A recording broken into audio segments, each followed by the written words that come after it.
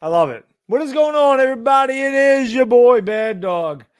Back with another New York Giants video. As always, thank you for watching. Do me a favor. You know what to do. Hit the thumbs up. The YouTube algorithm loves it. And hit the thumbs up. It helps out the video huge.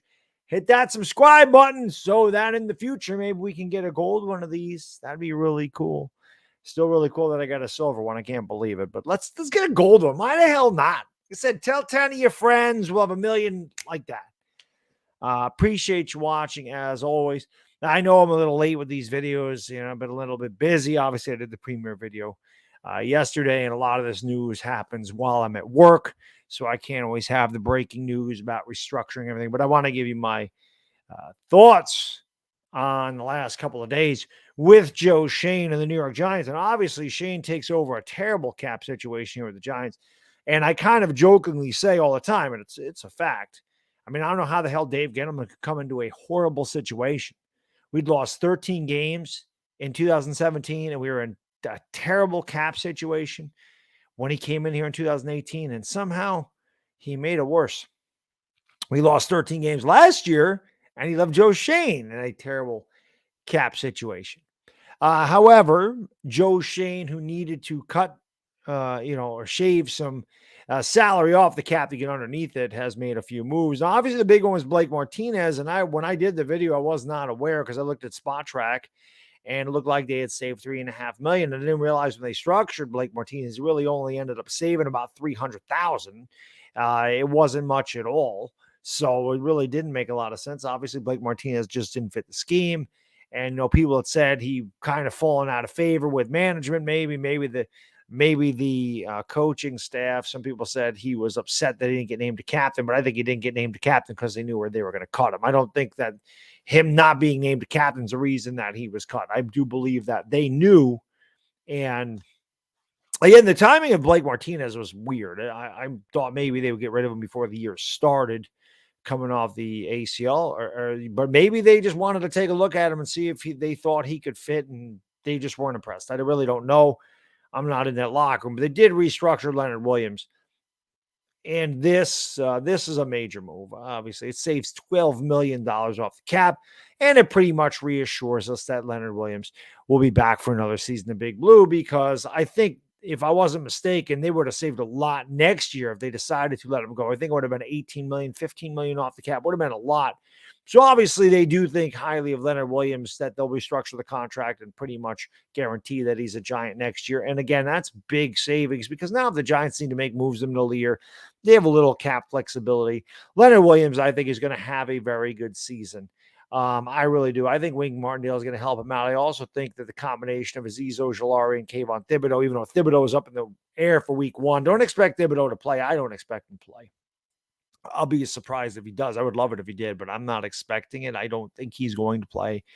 And I don't know about Ojulari. Hopefully they both play. But regardless, in the grand scheme of things this year, I do believe having those type of edge rushers and, occupying some offensive linemen and making some guys kick out, that guys like Dexter Lawrence and Leonard Williams can have a big impact in the middle of the defensive line this season. So I do expect Leonard Williams to have a good year. I do believe Leonard Williams has had good years. He's not always the biggest sack guy, but he does cause some pressure. He is pretty good, at getting penetration in the middle, stopping the run.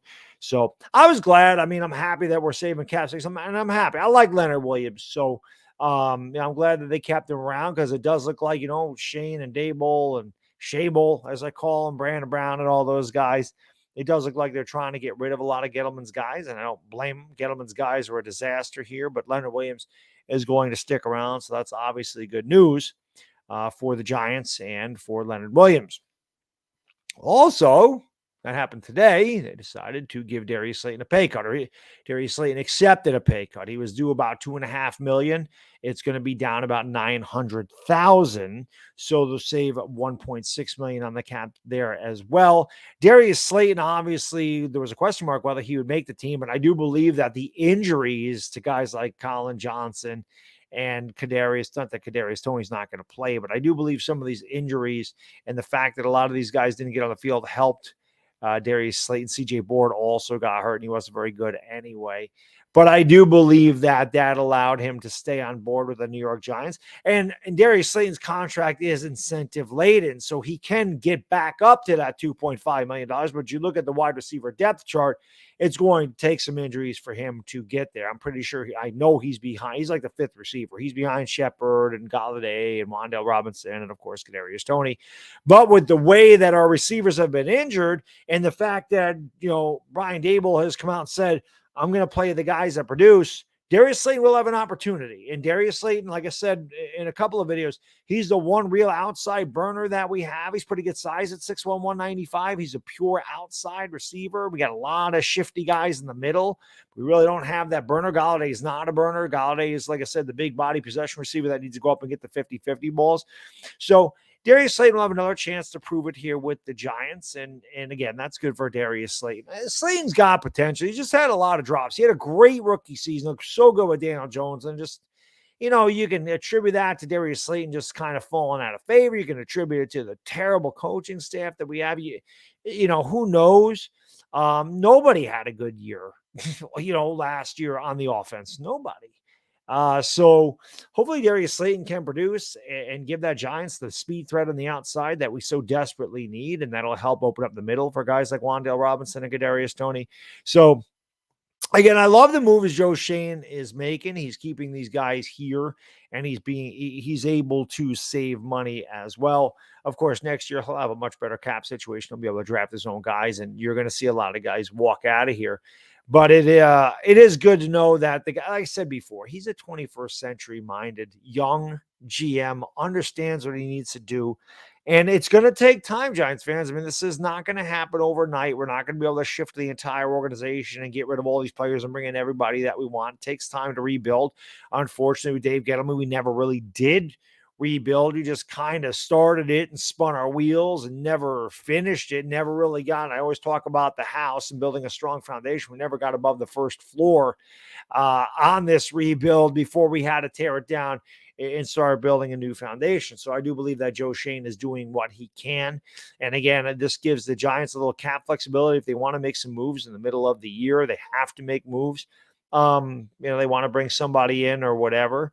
So again, I think Joe Schoen is doing a really good job so far as like off-season moves. I felt like he did pretty good in the draft, and we're just going to have to see how it all plays out in this 2022 season, Giants fans. I'm so pumped up for freaking Giants football, man. Sunday is going to be awesome. Giants, Titans, can't wait. Talking Giants is going to be Friday night. The game is going to be on my channel Sunday. Y'all got to come by. You got to tell everybody to come on by because we're 500 right now, right? We are not a losing team right now. We're in first place.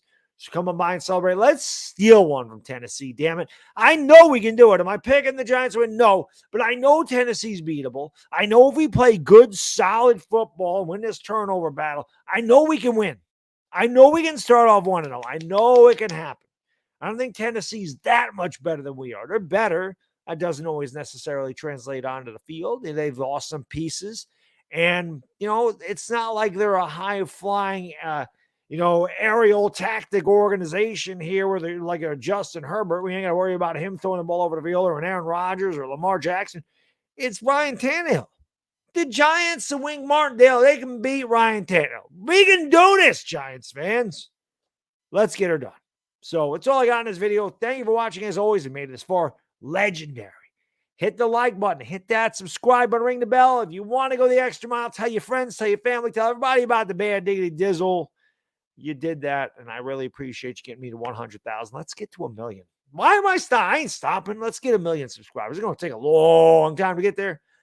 Let's do it. We can do it. Share the video out, like it, subscribe, leave a comment. I'll see you next time. Enjoy the rest of your Wednesday. It's Bad Diggity Dizzle. I'm gone. Peace.